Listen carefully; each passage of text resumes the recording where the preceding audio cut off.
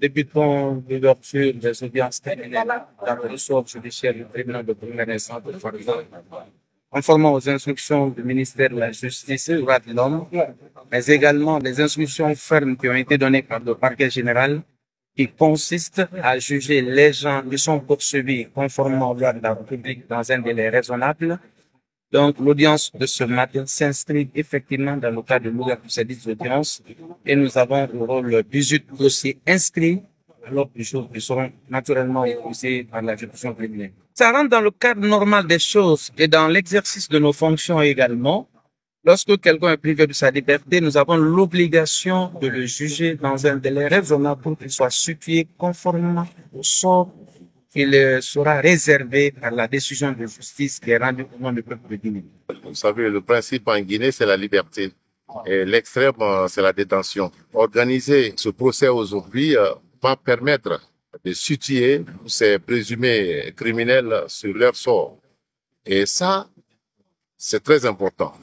Et ensuite, ça va mettre en confiance la population et rassurer notre population. Je félicite le personnel de la justice qui sont avec moi ici présents d'avoir organisé sur l'instruction de la hiérarchie pour la tenue de ce procès.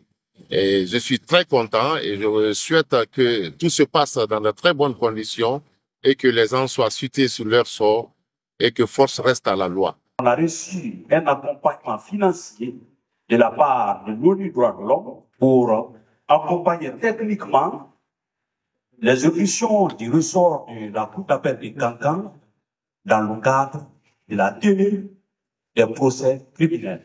Pourquoi cet accompagnement? C'est pour faire face à deux réalités. La première des réalités, c'est la surpopulation carcérale. Deuxièmement, quelqu'un qui a des tensions et qui passe des mois, voire des années, sans être situé sur son sort, naturellement, ses droits fondamentaux sont violés. C'est pourquoi nous avons accompagné le TPI de Farna et d'autres tribunaux de première instance du ressort de la Cour d'appel de Cancan pour la tâche régulière de ces audiences criminelles. La tenue de ce procès a un avantage très important. C'est la diminution, encore une fois, de la surpopulation carcérale. Vous savez, il y a beaucoup de gens qui sont détenus pour plusieurs mois, voire plusieurs années, pour des faits qui sont dans lesquels même ils bénéficient de la présomption d'innocence. Oui. Donc, s'ils ne sont pas situés sur leur sort dans un délai très bref, ça serait une injustice posée par la justice.